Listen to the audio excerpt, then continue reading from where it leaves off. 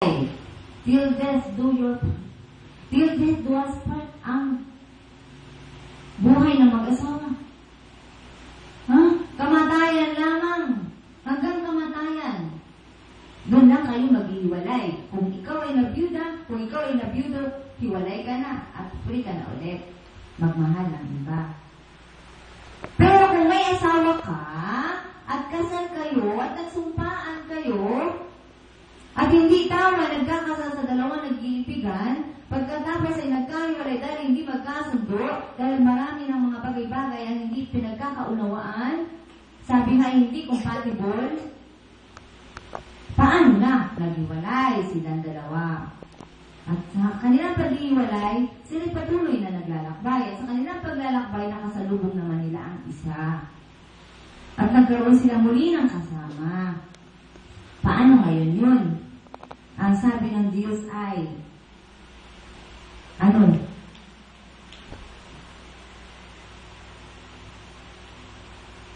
Huwag kang makiapil.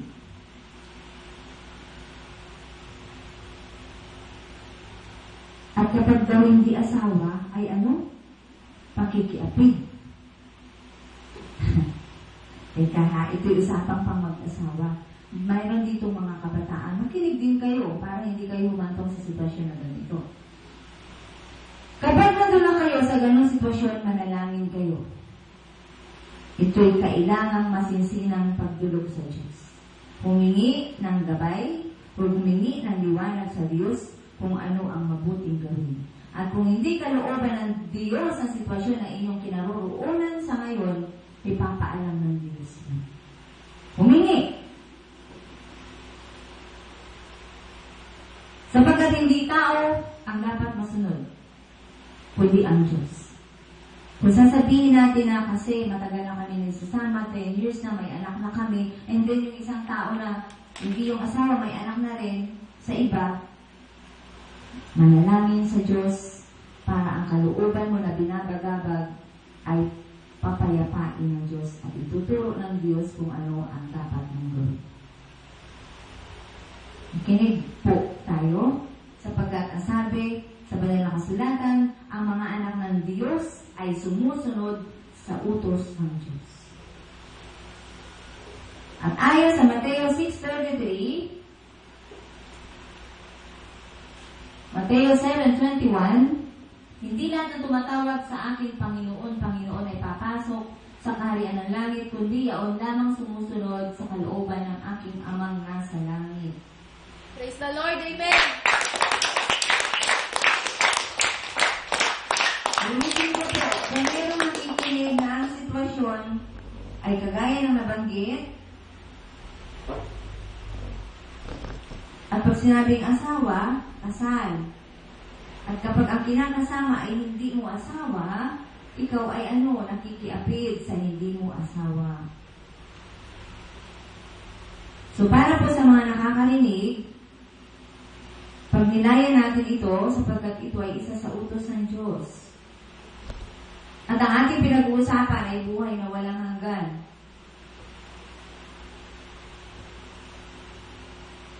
At ang sabi sa salita ng Diyos sa Hebreo 4:12, sapagkat ang salita ng Diyos ay buhay at mabisa, higit na matalas kaysa alinmang tabak na magkabila ay talim. Ito'y tumatagos maging sa pinag-iwalay ng kaluluwa at espiritu ng mga kasukasuhan at ng utak sa buto at nakatataho ng mga iniisip at binabalak ng tao. Praise the Lord, Amen! Hebreo 4:13, walang makapagtatago sa Diyos, ang lahat ay hayag at lantad sa kanyang paningin, at sa kanya tayo magsusulit. Lahat ng ating gagawin ay at ginawa ay alam ng Diyos. Walang matatago sa kanya.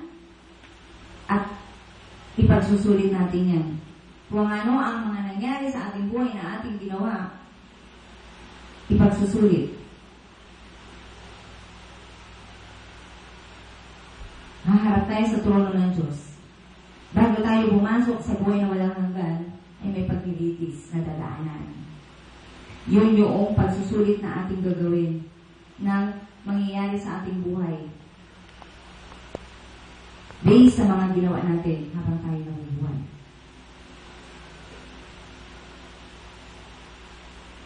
Kaya makinig lang po tayo sapagkat wala ako dito para yun nga, hindi ako ang judge. Ako ay mensahero, pero hindi pa rin sa akin galing ang mensahe. Ginagamit lang po ang bibig ko.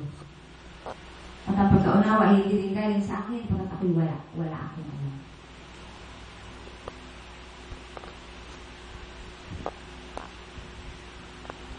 Kung dahil sa pangyayari hindi natin kagustuhan tayo ay naghiwalay ang mag-asawa, dumulog pa rin tayo sa trono ng Diyos at talagang kailangan natin dumulog sa trono ng Diyos. Iwan ang hindi atin, di pa rin ang walang makain, makapasok lang sa langit. At yun yung mga laban natin ngayon. Makinig po tayo. Yun yung mga laban na kung wala tayong kaalaman spiritually, kung wala tayong alam sa salita ng Diyos, paano tayo papasok sa buhay na walang hanggan. Sapagkat may pintuan, kaya papasok dapat. Hindi lahat ay welcome. Mateo 7:21, 6:33 ang babanggitin ko na rin yung Mateo 6:33, kanina pa lumalabas sa bibig ko. Ito ha.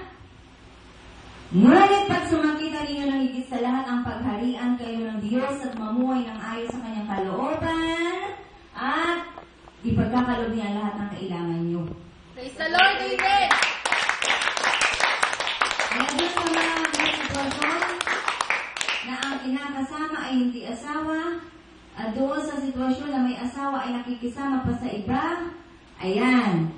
Mateo 6:33, pag sumakitan, kaya kung iiwan mo ang karelasyon mo, yun, ang paghahari ng Diyos ay mapapasayo. Kasi kailangan mamuhay ng ayon sa kalooban ng Diyos.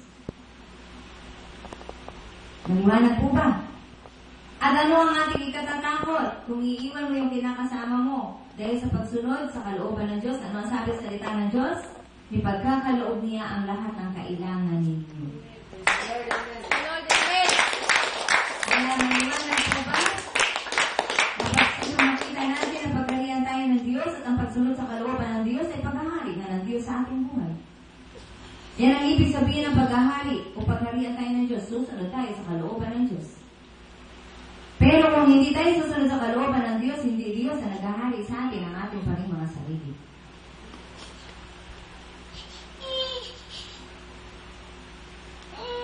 At doon tayo sa Mateo 7:21, hindi lang ang tumatawag sa akin, Panginoon, ay papasok sa kaharian ng langit, kundi ako lamang sumusunod sa kalooban ng aking amang nasa langit. Praise the Lord, amen! Kaya natin ang pinag-uusapan ay buhay na walang hanggan. Maniwala po sa sinabi sa salita ng Diyos, hindi lahat ay papasok sa langit. Taas ang kamay ng gustong pumasok sa langit. Lahat ay tamas, ibig sabihin lahat ay gustong sumunod sa kalooban ng Diyos. Praise the Lord, amen! Dahil hindi lahat ay papasok sa langit kung walang pagsunod. Teka muna, mahirap ba sumunod? Wala ka nang pambili ng bigas, ilalaban mo pa sa sugal. Hindi mahirap, di ba? Gusto mo kasing manalo. Dito, sa buhay na walang hanggan, ilaban mo ang buhay mo. Kahit gaano kahirap, di ba, mamatay ka na ngayon, makasunod ka lang sa kalooban ng Diyos. Amen! Praise the Lord, amen! Ano ang itatakot mo kung ngayon? Hindi ka makakain. Bukas, hindi rin. Sa linggo, hindi ka makakain kasi iniwan mo yung kinakasama mo. Mamatay ka. Sa langit ang punta mo. Pero teka, bibigyan ka ng Diyos ng karunungan ng kaalaman para mabuhay ka. Amen! Praise the Lord, amen! Amen! Ay dahil pagkanda ng Diyos. Ituturo sa iyo ang dadaanan mo, liniwanagin niya ang landas mo, at mabubuhay kang payapa kasama ang Diyos na siyang hari ng buhay mo. Ang init po, kapagkat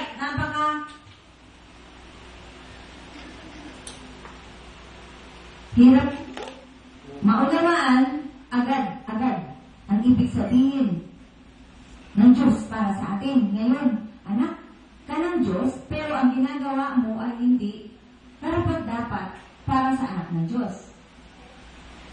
Ibig sabihin, meron kang ginagawa ngayon na alam mo na dahil nabuksan ka na dapat ang anak ng Diyos ay hindi nagkakasala. o hindi gumagawa ng mali. Dahil ang lahat ng hindi matuwid ay ano? Kasalanan. Ang lahat ng gawang hindi matuwid ay kasalanan. Teka. Ha? Teka muna. Paano nga ba? Ano nga ba ang mga matutuwid na gawain? Ano nga ba yun?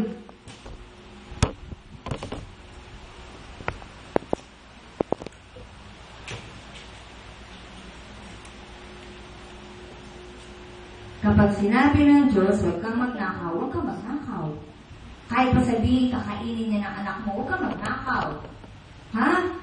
Pwede naman makiusap eh. Di ba?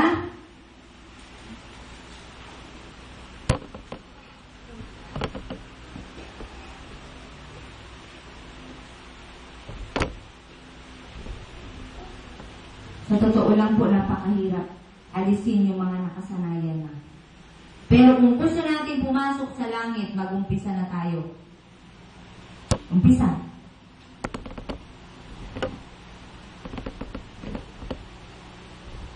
Mga tatay,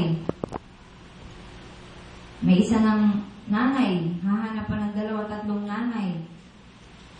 May 4 na anak na. Aanak pa sa iba. 4 ulit, 8 na. Purihin ng Diyos.